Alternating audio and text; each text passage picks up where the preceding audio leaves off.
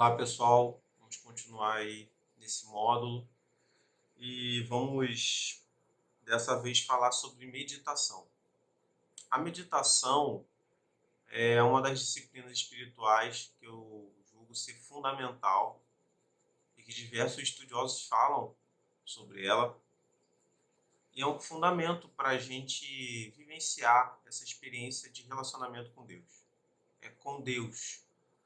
Não é com uma religião, é com Deus, é com o Criador, é com o Pai, é com o Rei, é com o amigo.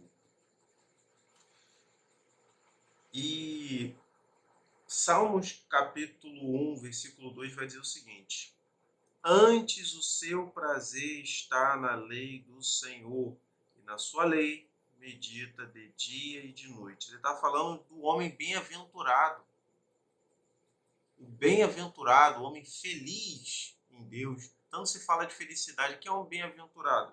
É esse, que tem o seu prazer na lei do Senhor, e na sua lei medita de dia e de noite. A meditação, ela faz parte do processo de construção do entendimento. A meditação, ela faz parte do processo de construção do nosso entendimento. Então, a meditação não é uma reflexão num contexto intelectual. Quando eu falo intelectual, no contexto de ficar elucubrando. Não. A meditação é uma reflexão fundamentada na palavra. Esse contexto de meditação que eu estou falando é um contexto de meditação fundamentada na palavra de Deus. É você estar lendo uma palavra e começar a fazer uma reflexão dessa palavra, usando a própria palavra de Deus como base dessa reflexão. É algo que vai chegar uma hora que vai transcender sua lógica, vai superar sua lógica humana. Então eu não falo de um lugar, de um ambiente espiritual no qual você fica refém de uma lógica. A meditação não é estar conduzido por uma lógica humana. Não. Até porque a própria palavra de Deus, ela muitas das vezes, eu diria a maioria das vezes, vai contrariar a nossa lógica.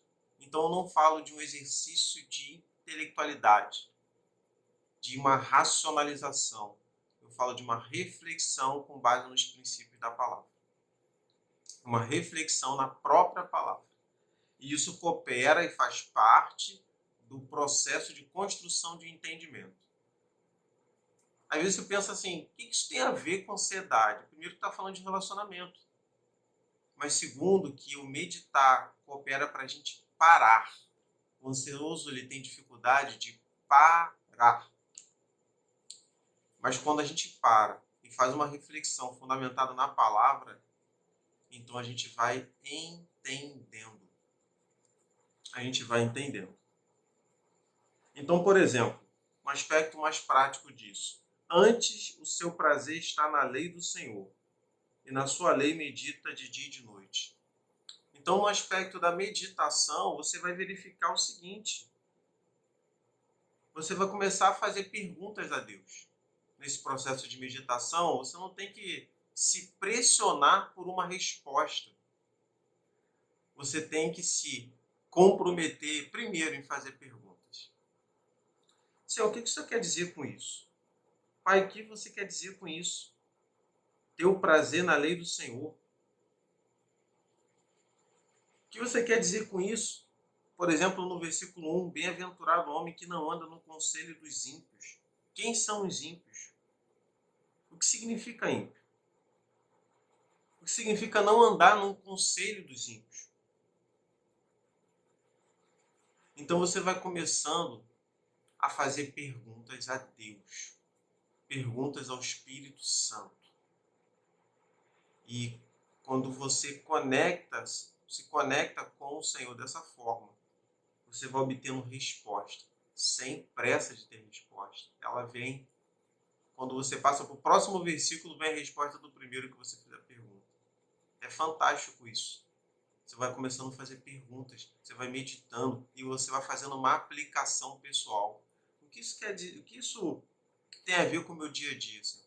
O que isso tem a ver? Como eu posso aplicar essa palavra no meu ambiente de trabalho, na minha própria família, na minha comunidade de fé, no meio da minha vizinhança? Você vai começando a fazer perguntas para Deus para entender a aplicação pessoal e a aplicação prática desse assunto. E a meditação que vai cooperando para construir esse entendimento, quando é sucedida de uma prática, o nível de entendimento que você alcançou na meditação, ele aumenta. Por quê? Em João, capítulo 14, versículo 21, ele diz algo fantástico, que está conectado com esse texto. Aquele que tem os meus mandamentos e os guarda, esse é o que me ama. E aquele que me ama será amado por meu Pai. E eu também o amarei e me manifestarei a ele. Sabe o que esse texto está dizendo? Quem guarda o mandamento, esse contexto aqui todo, está falando de guardar mandamento, de amar o Senhor. Sabe o que isso significa? O amar, o guardar é obedecer.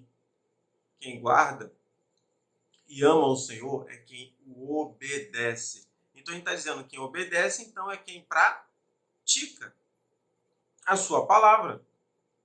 Então, ele está querendo dizer o seguinte: aquele que tem os mandamentos e os guarda, você pode trocar por obedece, esse é o que me ama, que é o amor revelado nessa obediência, nesse ato de obedecer.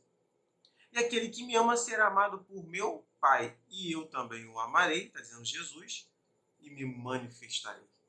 Quando ele fala manifestarei, ele está falando de um ambiente de revelação. Quando Jesus se manifesta, a revelação. E revelação significa múltiplas coisas, mas dentre elas significa entendimentos novos, compreensões novas, direções novas para a vida. Percebe então que quando entra-se no lugar de prática, o nível de entendimento alcançado na meditação é aumentado, é elevado, porque você encarna a palavra. Então, meditação e prática andam juntos. Uma coisa coopera com a outra para que haja elevação do nosso entendimento, elevação do nível de revelação, elevação da nossa consciência espiritual, elevação da nossa intimidade com Deus.